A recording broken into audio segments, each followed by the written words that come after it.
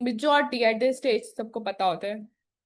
At this stage सबको तकरीबन पता होता है कि कौन सी चीज जो है ए आर क्या है, एक्स आर क्या है, रिसेसिव डोमिनेंट। लेकिन obviously at that time exam pressure में उस चीज को एनालाइज करना और बताना थोड़ा सा जो है ना ऑब्वियसली बच्चों को मुश्किल लगता है, लेकिन इंशाल्लाह with practice we all can do it.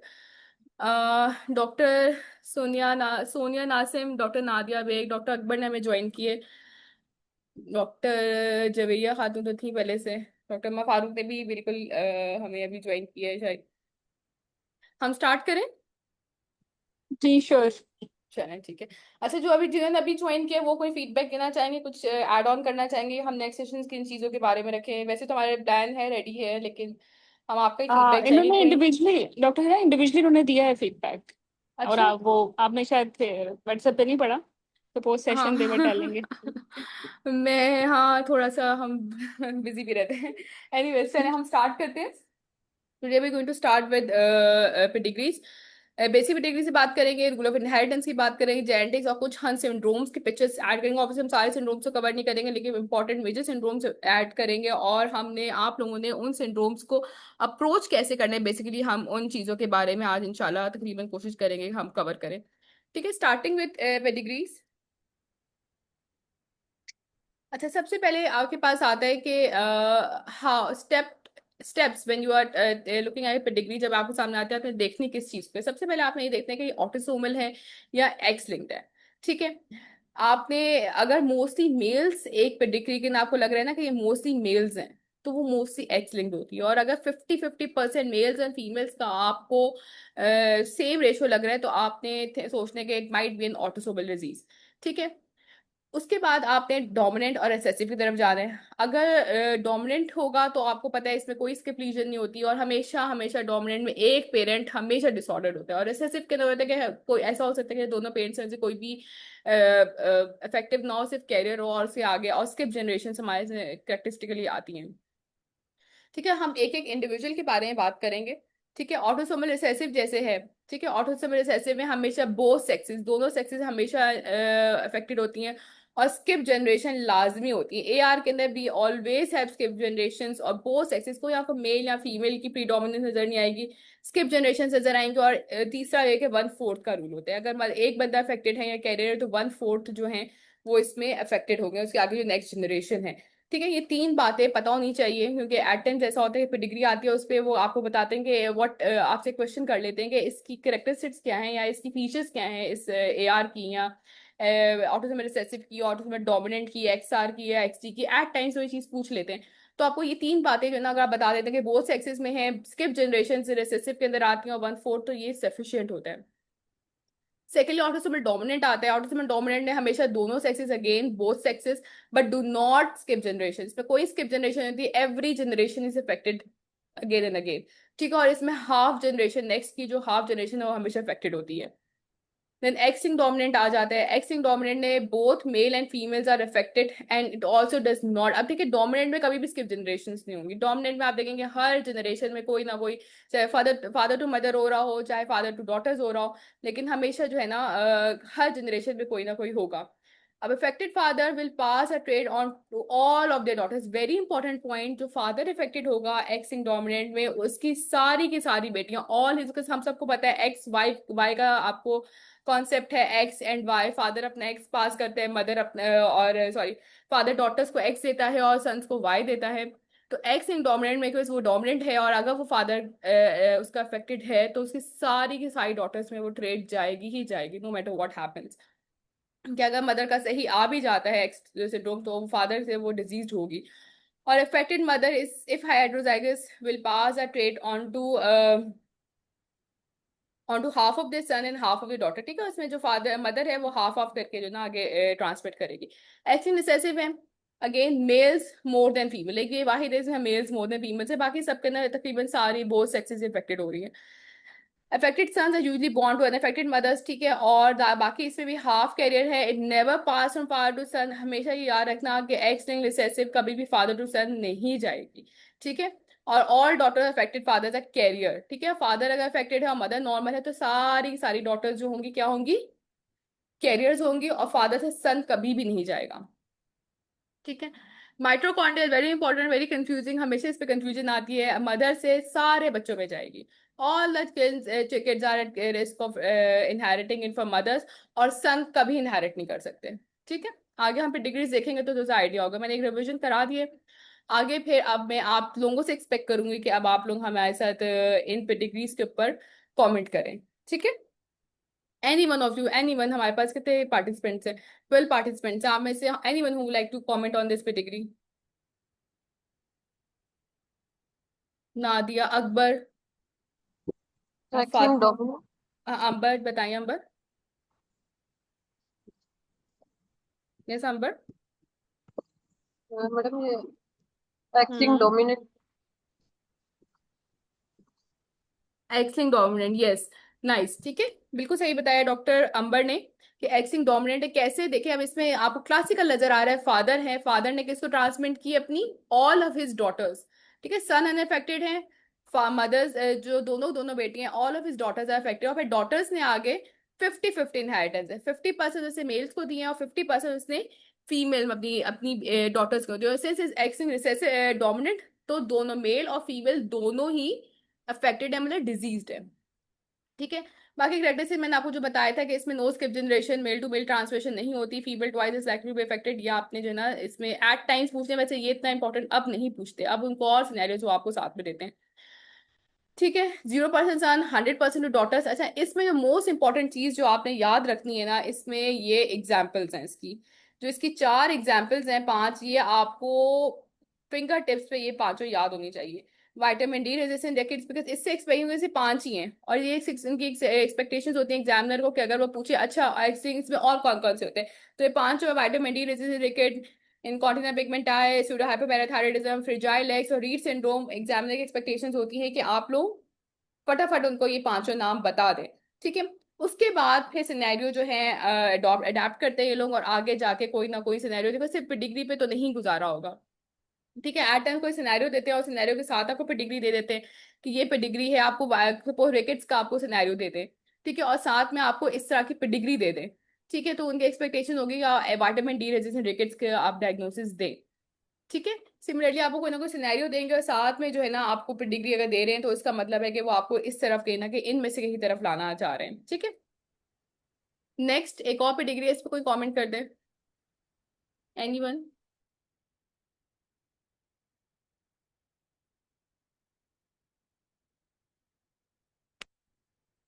कोई इस पर कमेंट करेगा? Khatija, Fauzia, anyone who like to comment on this? Simple सी है ये वाली भी। श्रद्धा, नादिया बेग नादिया बेग, आपका वो माइक ऑफ है, आप या अंबर आप ही बता दें। X linked recessive. ये एक्सिन रिसेसिव है? Extinct dominant. X linked dominant? Yes, ma'am extinct dominant है. हम्म, ऑटोसोमल रिसेसिव है। ऑटोसोमल रिसेसिव किसने बोला ये? ऑटोसोमल रिसेसिव है मैडम ये। यस, ऑटोसोमल रिसेसिव है। ठीक है, एक्स लिंक डोमिनेंट या एक्स लिंक रिसेसिव जिसने बोला था, देखिए सबसे पहले सेक्स स्किप जनरेशन ही आ गई। सबसे पहले आप ये देखा कि जनरेशन स्किप है, इसका मतलब है रिसेसिव है, तो डोमिनेंट तो हो ही नहीं सकता। डोमिनेंट मैंने भी आपको बताया कि डोमिनेंट में कोई स्किप जनरेशन नहीं है, एवरी टाइम कोई ना कोई इफेक्टेड जरूर होगा। तो ये तो आपके माइंड में आप एक चीज हमें स्टेब्लिश कर ले कि रिसेसिव चाहे जो भी है। अब ऑटोसोमल और एक्स लिंक की बात है ना। ठीक है, अब फादर टू फादर ट्रांसमिशन हो रही है, फादर टू सन ट्रांसमिशन हो रही है। ठीक है, आप लोग माइक ऑफ करके यस नो बोल सकते हैं, फादर टू सन आपके ट्रांसमिशन हो रही है, यस। तो ये तो आपके पास ऑटोसोमल हुआ, एक्स लिंक में तो कभी भी फादर टू सन ट्रांसमिशन नहीं हो सकती। ठीक है, जब भी आप कोई पेडिग्री देखेंगे, सबसे पहले अपने माइंड में ये बना लें ऑटोसोमल है या रिसेसिव है, ऑटोसोमल डोमिनेंट है या रिसेसिव है। जब आपने ये अपने माइंड में बना लिया, तो एक्स लिंक और ऑटोसोमल का डिसीजन आप इस बेसिस से बना सकते हैं कि फादर टू सन ट्रांसमिशन हो रही है या नहीं हो रही है। ठीक है, it's very easy to do this way. ठीक है, ऑटोसोमल रिसेसिव है, ये ठीक बताया है डॉक्टर अंबर ने। What are the key feature you can recognise? ये मैं आपको बता दिया, स्किप जनरेशन है, male to male transmission possible है, और ऑफन एसोसिएटेड विद कंsanguinity। ठीक है, एग्जांपल जैसे कोई देगा यार, ये यार की बहुत आसान आसान सी एग्जांपल्स हैं, कोई देगा? डॉक्टर अंबर आप ही बताना चाहेंगे या डॉक्टर उमर? डॉक्टर सोनिया सोनिया नसीम, तो काफी लोगों ने ज्वाइन कर लिया। और भी कोई एग्जांपल लेना चाहेगा इसकी? एआर की तो बहुत सिंपल सिंपल एग्जामिनेशन वो भी हैं जो हमारे कॉमन लॉन्ग केसेस आते हैं, उनकी भी एग्जांपल्स हैं।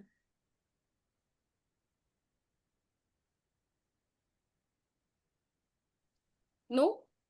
चलिए फिर आपको इसकी सिंपल सी एग्जांपल है what a case of GP, जो इसका निमोनिक है।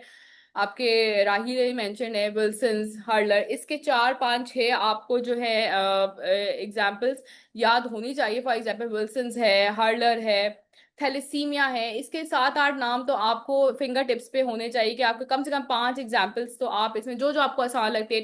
टेकेटेलेंजिक्टीजिया भी थ्रू आया हुआ है कि एक बच्चा था, उसको मैंने एआर का साथ में डिग्री दी हुई थी, और साथ में मैंने बच्चा बताया था कि he was having recurrent infections और एटेक्सिया को मैंने बताया हुआ था, और साथ में डिग्री दी हुई थी। ये एक पास स्टॉक था बहुत पुराना, और then it was expected of them कि उन्होंने एटेक्सिया उससे जो है टेटेलेंजिक्टीजिया उस तरफ लेकर गए थे, और फिर एग्जामिनेशन पे उन्होंने, हेलो, उसमें एग्जामिनेशन पे उन्होंने टेलेंजेक्टीजिया दिखाए थे। इनिशियली प्रेजेंट उन्होंने किया था कि रिकरेंट इन्फेक्शंस और एटेक्सिया के साथ, मतलब रिकरेंट फॉल्स के साथ, और साथ ये वाली पे डिग्री दी थी। तो इट्स वेरी इंपॉर्टेंट कि आप इन सब चीजों को याद रखें, खासतौर पे थैलेसीमियाज हो गए, विल्सन्स हो गया, सीएच हो गया, ataxia, sickle cell disease, cystic fibrosis, galactosemia, very important. आपको दे सकते हैं वो कोई सा भी केस कि आपके पास कैटरा के साथ है, हेपेटोमेगाली के साथ है, साथ आपको इस तरह की डिग्री साथ प्रोवाइड करें, तो आप को एक्सपेक्टेड आपसे एक्सपेक्ट किया जाता है कि ऑन द बेसिस पेडिग्री आप इनमें से किसी की डायग्नोस बना के दे उनको।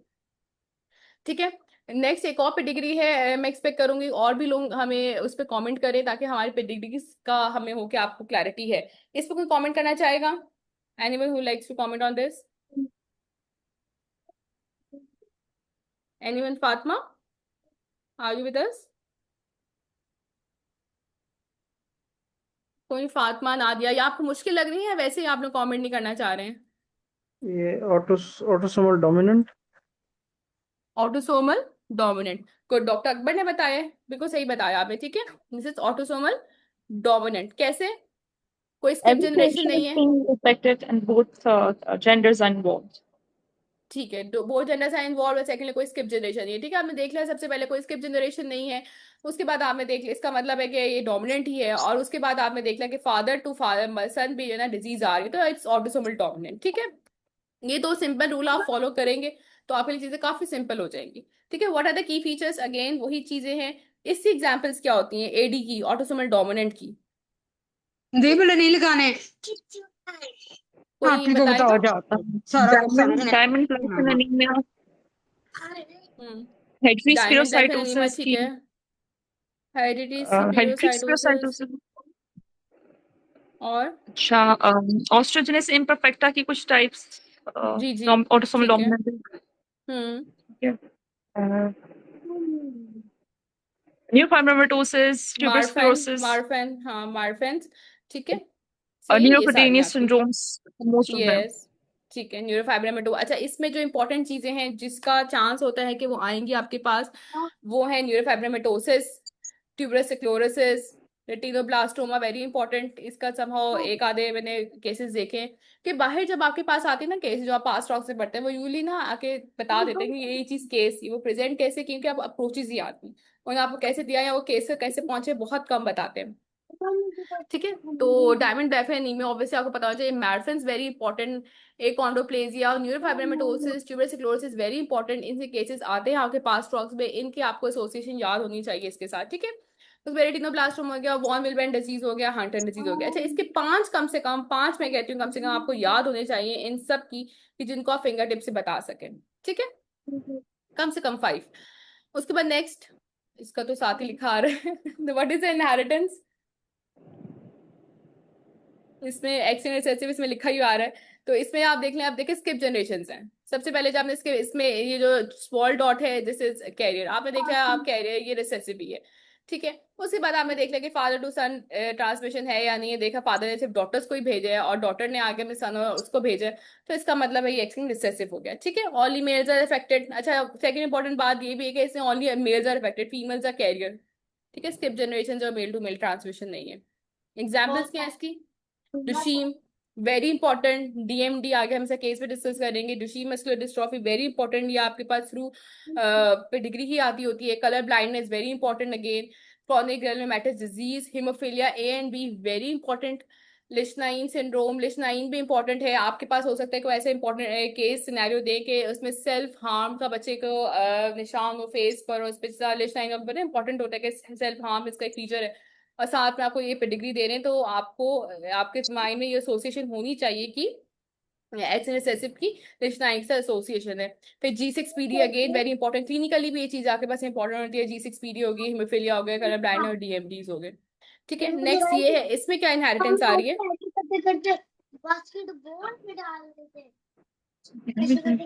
फातिमा काइंडली अपना आप माइक ऑफ कर देंगे, जिसके बच्चों की आवाजें आ रही हैं। फातिमा है या नो मिस्का है? मैम, यहाँ से नहीं आ रही। No ma'am. ठीक है, काइंडली माइक ऑफ कर दें। बाकी जो आंसर दे रहे हैं वो आंसर दे दें।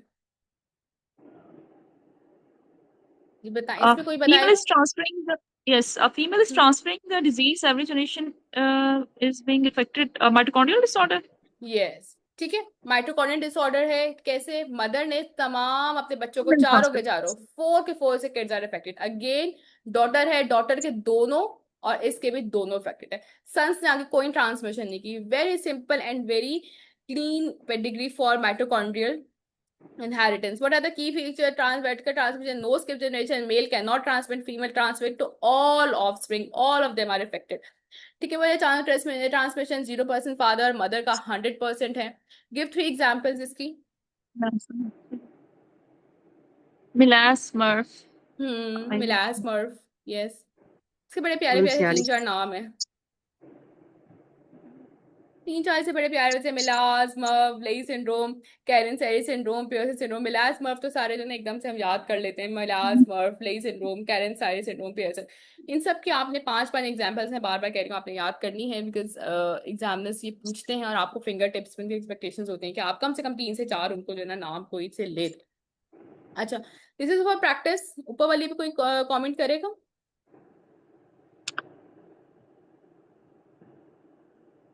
इस पे ए पे एनीवन?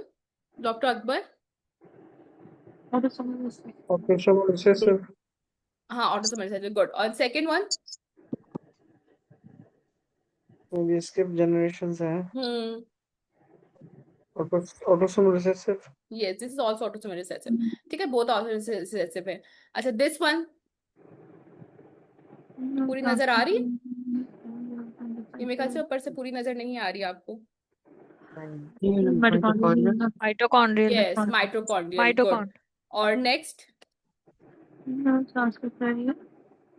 सबको हो रहा है, मेल भी ट्रांसफर कर रहा है। Autosomal dominant.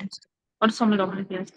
Yes, autosomal dominant. ठीक है, अच्छा, अब इन दोनों में आपने डिफरेंस कैसे किए माइटोकॉन्ड्रियल और डोमिनेंट में? उसमें से फीमेल ट्रांसफर कर रही है और यहाँ पे मेल भी ट्रांसफर कर रहा है। मेल भी ट्रांसफर कर रहा है। ठीक है, सिंपल सी बात है। अच्छा, इन दोनों में भी मैंने देखा है कुछ कैंडिडेट्स को प्रॉब्लम होता है माइटोकॉन्ड्रियल ऑटोसोमल डोमिनेंट में। सिंपल सी आपने मेल को देख लिया, मेल ने ट्रांसमिट किया हुआ, यहाँ भी मेल ने ट्रांसमिट किया हुआ, यहाँ पे भी, तो it's autosomal dominant. Why it's not x linked dominant? क्योंकि मेल ने ट्रांसफर किया हुआ अगेन। ठीक है, again in this one what is the mode of inheritance in this one?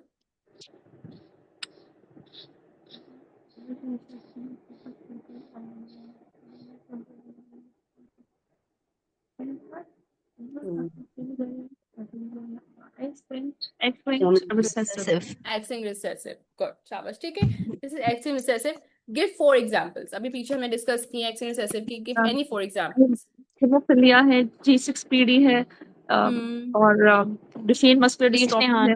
हाँ, DMDs हैं, yes. DMD, G6PD, hemophilia, color blindness. लेशनियान syndrome, ठीक है, color blindness। ठीक है, ये आपने 4 example they the. Now, a 6-year-old boy is brought by his mother with concern of difficulty in walking and frequent fall. On examination आपको ये sign आ रहा है, Duchenne what muscular is, हाँ, dystrophy. Gower sign. What is this? Duchenne muscular dystrophy. Duchenne muscular dystrophy। ठीक है, इसी तरह से आपके जो है सिनेरियोज आते हैं मोस्टली, जब आपको या तो सिनेरियो देंगे साथ और बहुत ही कोई बहुत ही छोटा सा कोई साइंस सेंटेंस दे देंगे, डिफिकल्टी वॉकिंग या फ्रीक्वेंट फॉल्स इम्पैक्ट, और साथ में आपको पेडिग्री, मैं तो फिर पिक्चर लगाइए या तो वो आपको पेडिग्री दे देंगे। जब आप मजीद आगे फिर बोलेंगे आप एग्जामिनेशन पे क्या देखेंगे, तो फिर आप फर्दर जब आपके माइंड में होगा कि यस कि हमने XR की साथ में लगी हुई है पेडिग्री, तो मैं अच्छा गोवर करवाना चाहूंगी, तो फिर वो आपको पिक्चर प्रोवाइड करेंगे, हाँ ये देखें इसका गोवर साइन पॉजिटिव आ रहा है। ठीक है। इस तरह डिफरेंट जो सिनेरियोज हैं उनके एग्जांपल्स की सिग्निफिकेंस ये है कि उनके जो साइन सिम्टम्स है पेडिग्री के साथ वो एक एक दो दो तीन तीन साइन सिम्टम्स दे सकते हैं और फिर आपसे एक्सपेक्ट करते हैं कि आप एग्जामिनेशन में या आगे फर्दर उनकी इन्वेस्टिगेशन बताएं ताकि आप डायग्नोसिस तक उसके पहुंच सकें। ठीक है, तो ऐसे एग्जाम्पल्स बहुत इंपॉर्टेंट हमें साथ साथ याद करनी है। What investigations would you order for this case? इसका तो आपको कोई बता दे, डीएमटीज का। Muscle biopsy. CPK creatine levels kinase. CPK levels, yes. and इसकी gene studies, gene mutation studies होती हैं, इसलिए मसल ठीक है। बायोप्सी PCR जैसे for डायग्नोस्टिक dystrophin gene. ठीक है, मुझे स्टेप वाइज पे बता दे। सबसे पहले क्या करेंगे?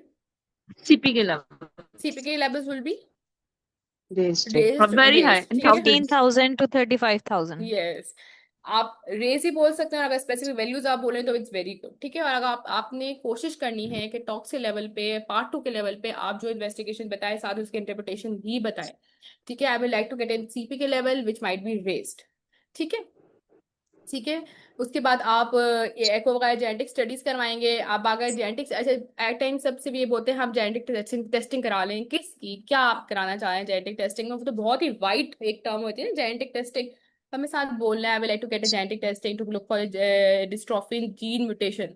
ठीक है, तो ईएमजी भी आप करवा सकते हैं। मसल बायोप्सी में एब्सेंट रिड्यूस डिस्ट्रोफिन आपके पास आएगा। और फिर साथ आपने एको कराना है। ठीक है, एको में डायलेटेड कार्डियोमायोपैथी आ सकती है। ठीक है, आपने जो जो इन्वेस्टिगेशन, अच्छा गुड थिंग ये कि आपने सीबीसी सीआरपी एलएफटी आरएफटी से शुरू नहीं किया, जो कि बहुत ज्यादा कॉमन जो है ना आईएमएम के लेवल पर ज्यादा होता है, पार्ट 2 तक इतनी अकल आ जाती है कैंडिडेट्स में। लेकिन स्टिल आपने आपके लेवल पे ये भी एक्सपेक्ट किया जाता है कि आप जो इन्वेस्टिगेशंस बताएं to save your time and examiners time, because examiners ultimately going to ask you इसमें क्या एक्सपेक्ट कर रहे हैं आप। तो फिर आपका रिथम टूटे से बेहतर है कि आप जब प्रैक्टिस करें तो आपने ऐसे प्रैक्टिस करें कि I will like to get this investigation, तो साथ में उसका जो भी आपकी इंटरप्रिटेशन है माइंड में कि सीएमसीपीके विल बी रेज्ड, और आप साथ साथ बताती रहे एक एक लाइन आप CPK will be raised. I will have to get genetic testing to look for dystrophin gene mutation. Then I will have to get a muscle biopsy to see, look for absent or reduced dystrophin. And then I have to exclude complications. I will like to get an echo to look for dilated cardiomyopathy. What are the complications? What are the complications of this disease? Very simple. Hypertrophic cardiomyopathy. Yes, and aspiration pneumonias, airway obstruction, ठीक है, progressive muscle weakness आपके पास हो रही है by the age of 10 to 12 years. He will be wheelchair bound, dilated cardiomyopathies, arrhythmias, respiratory failure due to restrictive lung disease, early death due to by 20s and scoliosis भी हो सकता है। अच्छा, की वन थिंग इन माइंड, हमने जब ये किया था हमने ये चीज माइंड में रखी थी कि इसकी आपके पास इस तरह करके काउंसलिंग भी आ सकती है। ठीक है, obviously this is not a high topic for counselling, लेकिन आपके पास सिनेरियोस के साथ एट टाइम्स ऐसा भी देखा गया कि सिनेरियो हुआ उसके बाद अच्छा how will you council the patient. ठीक है, तो उसमें ये किसी मैंने मॉक टॉक्स में ही हमारे वार्ड जो है देखा था कि उन्होंने फिर उसके बाद हाफ केस में आकर उन्होंने इसके काउंसलिंग करवाई थी। किसी और केस में था लेकिन इसके अंदर भी काउंसलिंग बहुत इंपॉर्टेंट है। ये वो केसेस है जो कि टर्मिनल केसेस हैं जिनके अंदर आप कुछ खास ज्यादा कर नहीं सकते ट्रीटमेंट के लिए। ठीक है, तो obviously they are going to उनकी कॉम्प्लिकेशंस उनका उन्हें मैनेज करना है, तो इसके अंदर वो आपको एट दिस स्टेज कैसे थे now how will you council the patient. कोई है इसमें जो मुझे इसमें इस स्टेप पे आके मुझे काउंसलिंग बता सके? मेरा आपके पास नेक्स्ट कमांड है कि how will you council the parents.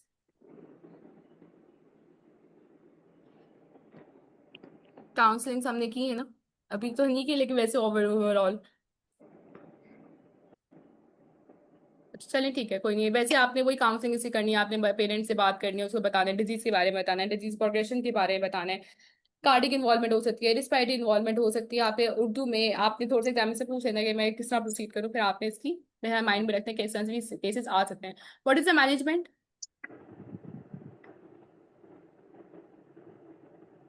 इसकी सिंपल सी मैनेजमेंट कोई भी ना दिया फातिमा। ये सपोर्टिव मैनेजमेंट है ना इसकी तो। सपोर्टिव मैनेजमेंट में इसमें क्या आएगा? एक दो चीजें हैं इस सपोर्टिव मैनेजमेंट में, क्या करेंगे आप?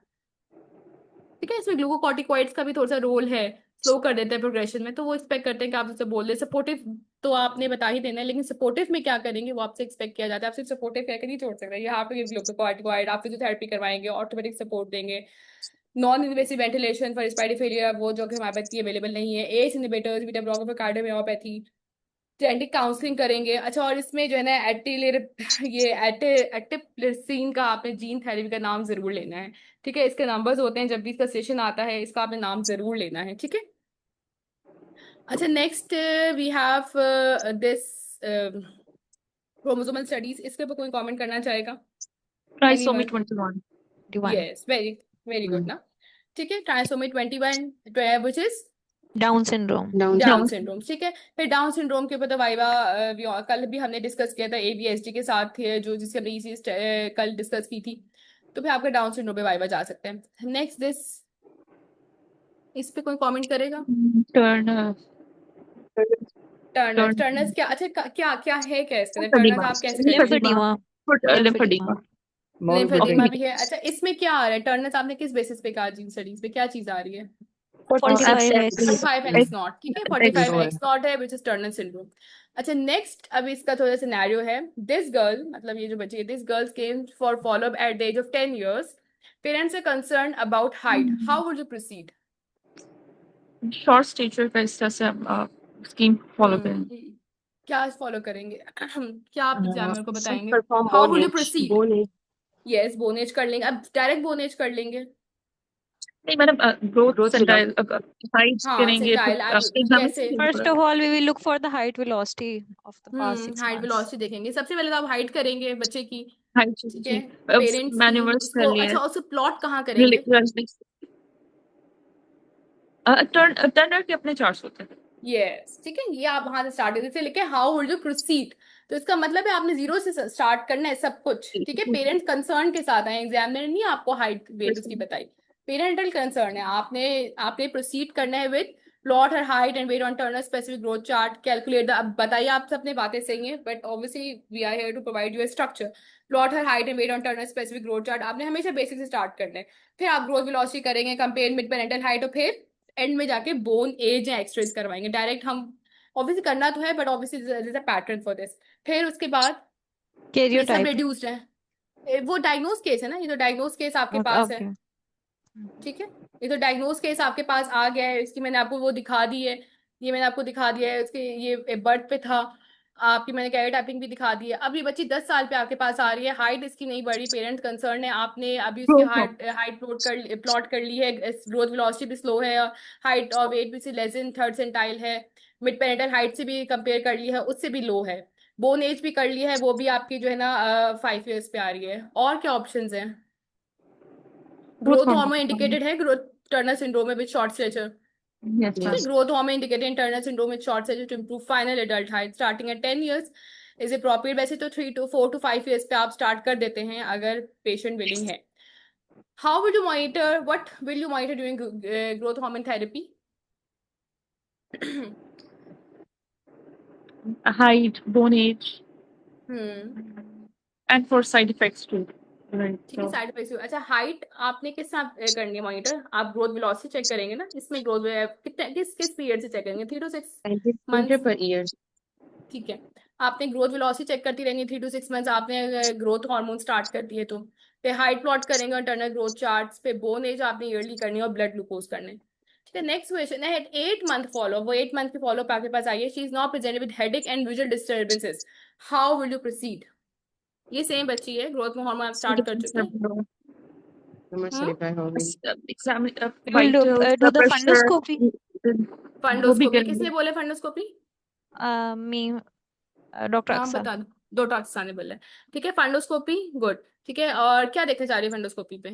Papillary edema. For forward, intracranial hypertension. Yes, Tumor ठीक है। cerebri. हाँ, फंडोस्कोपी एमआरआई ब्रेन का कराते हैं for solid tumour cerebral which is a complication of growth Growth hormone. hormone Growth hormone therapy. and other drugs.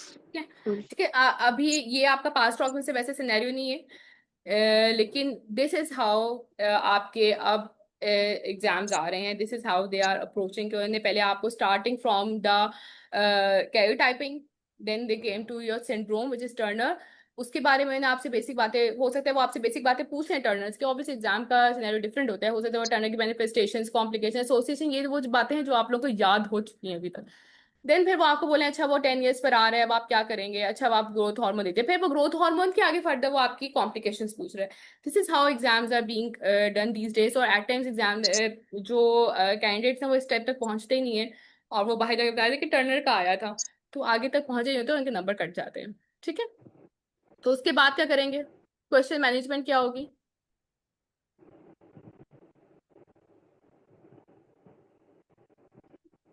ठीक है, आपको Estrogen and stop कर देना है। progesterone therapy.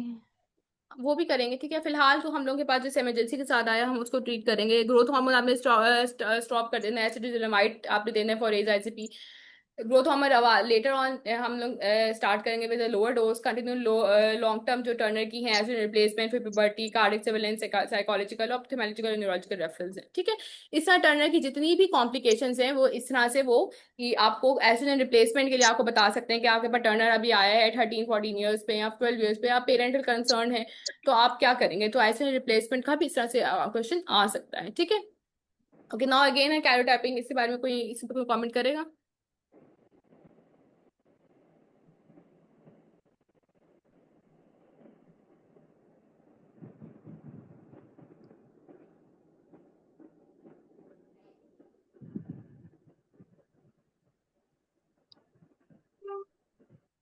So next one.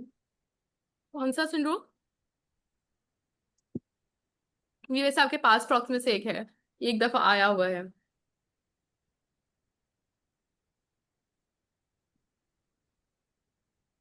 यहाँ पे कहीं आप कुछ देखना चाहेंगे? 1 2 3 4 5 6 7 8 9 15 पे Prader-Willi. एनी में प्रेडर विलाय शॉर्ट 15 है, ये एंजल मैन सिंड्रोम है, ठीक है। ये आप लोगों को प्रेडर विलाय का भी और एंजल मैन का भी इस तरह का पास स्टॉक है, ठीक है। तो ये आप लोगों की प्रैक्टिस के लिए मैंने लगाया था कि आप लोगों को इसमें देखकर पता चला। अच्छा, इसको इससे कंफ्यूज नहीं करना, एक्स वाई करना ये चीज होती है कि वाई सिंड्रोम छोटा होता है, वाई छोटा होता है, एक्स बड़ा होता है, ठीक है। तो ये मैंने और करके लगाया होता है एक्स एक्स और एक्स वाई, ठीक है।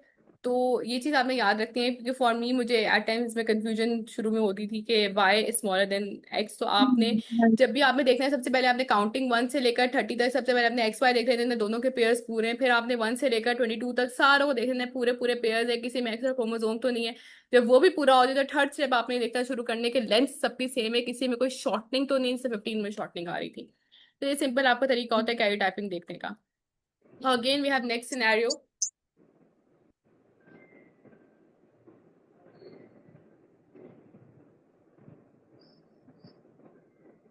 इस पे कोई कमेंट करेगा? Williams syndrome. Williams syndrome, ठीक है। This is a boy is mentally retarded and overly friendly nature. On examination he has systolic murmur radiating to the neck with carotid thrill. What are the characteristic features? Full face है, broad forehead है, flat आपके पास bridge of Williams knows है, syndrome. William syndrome है, ठीक है। Blue eyes हैं, एल्फिन facies है, open mouth है, प्रोमिनेंट लिप्स हैं, ठीक है। इस पिक्चर में तकरीबन सारी चीजें ही हैं। फुल फेस है, ब्रॉड फोरहेड आपको नजर आ रहा है इसमें, लॉन्ग अपर लिप है, ठीक है। कितना ओपन माउथ है, लॉन्ग लिप है, ब्लू आईज है इसकी, एल्फिन फेशीज है, ठीक है। सारे are the typical features of elfin Williams, ठीक है। उसके बाद जो सेकंड इन्होंने पार्ट लिखा है examination, he has ejection systolic murmur radiating to the neck with carotid thrill. ठीक है, Aortic stenosis. Aortic Aortic stenosis. Aortic stenosis, ठीक है। विलियम्स का एएस के साथ बहुत एस्टैब्लिश्ड एसोसिएशन है, ठीक है। ये भी आपने याद रखना है। एट टाइम्स हो सकता है वो आपको ईसीजी दें आगे। वैसे मैंने इसे कैथ ऐड किया, what electrolyte abnormalities are commonly associated?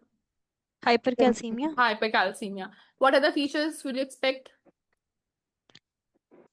Mm. Nephrocalcinosis. Hmm. Mm.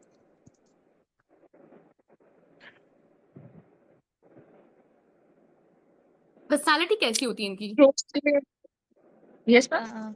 Happy personality कैसी personality. होती है? हैप्पी पर्सनालिटी होती है, cocktail type Happy personality, cocktail personality. Party, ठीक है। बाकी आपने नेफ्रोकैल्सिनोसिस बताया और Developmental delay. Developmental delay, developmental delay. joint hypermobility. Yes, joint hyper mobility, yes. Poor weight gains, ठीक है। तकरीबन चाहते आपने बता दिए। में कॉकटेल पर्सनालिटी होती है, hyper sensitivity to sound, spasticity, hyperplastic nails, dental abnormalities हैं। फिर जॉइंट हाइपर मोबिलिटी है, nephrocalcinosis, hypothyroidism, poor weight gain. What is the underlying cause? वो आपके 7 to 11 23 जीन्स की रिलेशन है। How will you confirm a diagnosis?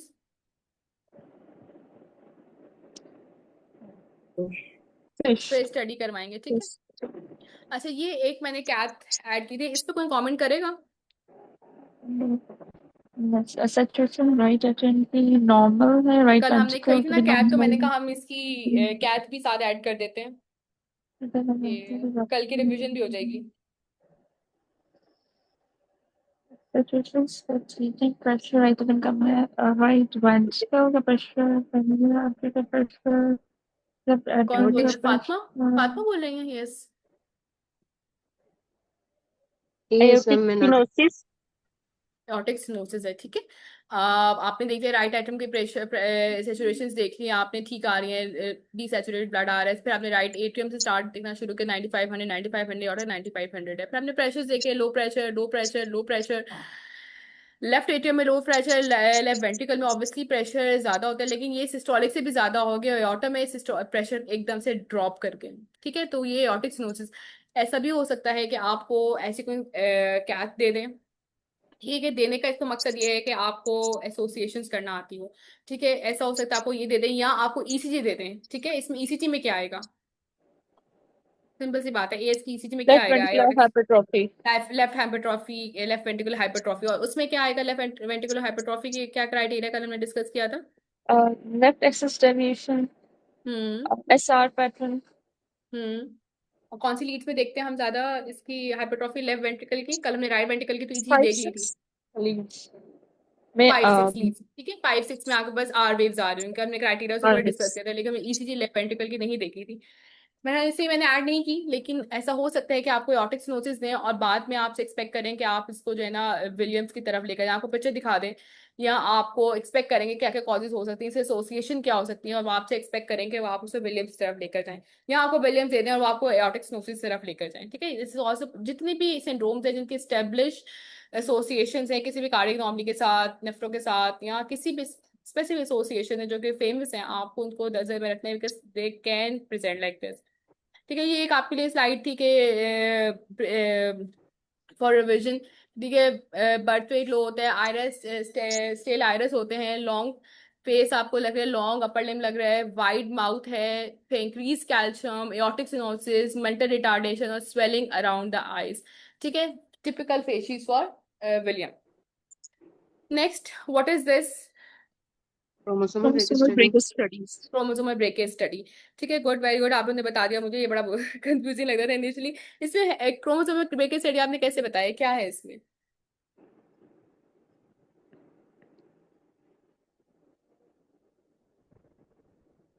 इसके different agents होते हैं, आप जब उन एजेंट्स पे डालते हैं सारे सिंड्रोम्स के डिफरेंट डिफरेंट, तो क्रोमोसोम्स जो है ना वो ब्रेक डाउन हो जाते हैं। तो इसमें आपको छोटे छोटे फ्रेगमेंट नजर आ रहे हैं, जब मैं आई एम थिंक मुझे कहा था छोटे छोटे पीसेस नजर आते हैं, तो वो क्रोमोसोमल ब्रेकेज स्टडी होती है।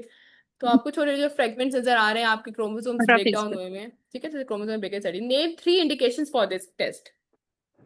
Fanconi anemia Fanconi anemia, yes. Frederick's ataxia telangiectasia.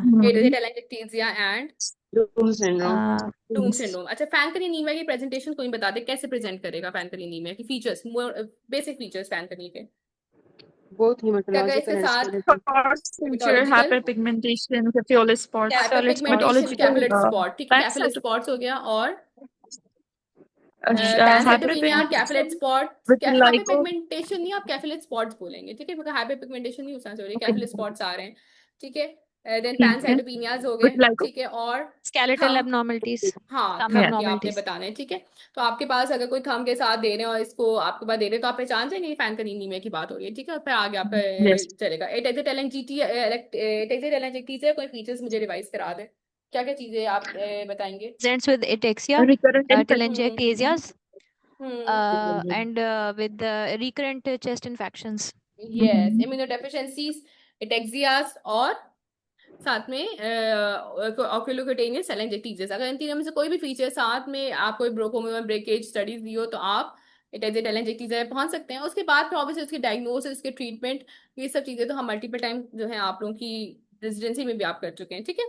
तो फैन के नीड्स हमने बताया, इनहेरिटेड बोन मैरो फेलियर्स हैं, पैनसाइटोपेनियाज, कंजेनिटल एब्नॉर्मलिटीज, इसके अंदर कैपिलर स्पॉट्स वेरी इंपॉर्टेंट, आपके पास स्केलेटल एब्नॉर्मलिटीज हैं, बायोफिट थंब है वेरी इंपॉर्टेंट, लूम सिंड्रोम है, शॉर्ट सेट के साथ, सन सेंसिटिव स्क्रीन है, स्किन रैशेज है, इंक्रीज कैंसर रिस्क है, acute telangiectasia very important, very high yield for talks किसी न किसी फॉर्म में मैंने अक्सर रेडियल टेलेंजिक्टीजियाज को आते हुए देखा है। एमएमई पार्ट 2 में भी सेरेब्रेटिक्सिया हो गया, ऑक्यूलोक्यूटेनियस टेलेंजिक्टीजियाज हो गया, इम्यून डेफिशिएंसीज।